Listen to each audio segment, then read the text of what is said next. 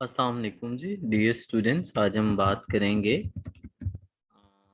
जो हमारी असाइनमेंट है FN 611 की। यार बहुत आसान सी असाइनमेंट है, इसको आप बड़ा इजीली कर लेंगे। ठीक है, गौर से सुनिएगा ताकि आप इसको आराम से कर सकें। ओके।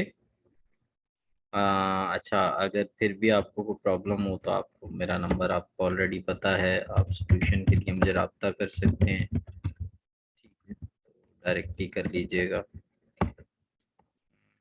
इसके अलावा भी हम बाकी सब्जेक्ट्स के करते हैं, वो आप जानते हैं। चैनल को विजिट कर लीजिएगा। अच्छा यार, सबसे पहले वो ये कह रहा है कि हमें बनाना क्या है। तो प्रॉफिट एंड लॉस बनाना है हमने। ठीक है, हेड ऑफिस ने कितना अर्न किया और इसने कितना, ब्रांच ने कितना अर्न किया। मैं आपको एक एक चीज समझाता हूँ।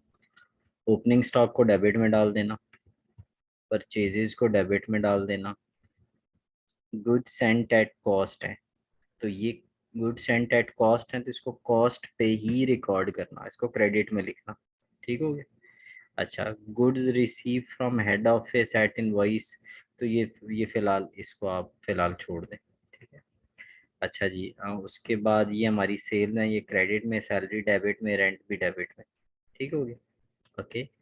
ओपनिंग स्टॉक, तो आप क्या करेंगे इसको, जब आप ये जो आपकी सेल्स हैं, ठीक है, इसमें से आप क्या करेंगे, ओपनिंग स्टॉक और परचेजेस को माइनस करेंगे।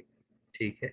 और जो गुड सेंट है वो भी आपने क्रेडिट में लिखी हुई है, उनको उनको इसमें ऐड करना है और इसको भी माइनस करना है, तो आपका निकल आएगा इसका क्या, ग्रॉस प्रॉफिट। अब सवाल ये पैदा होता है, ये ओपनिंग स्टॉक है, इस पे आपने लोडिंग लेनी है। लोडिंग का कॉन्सेप्ट देख लेना।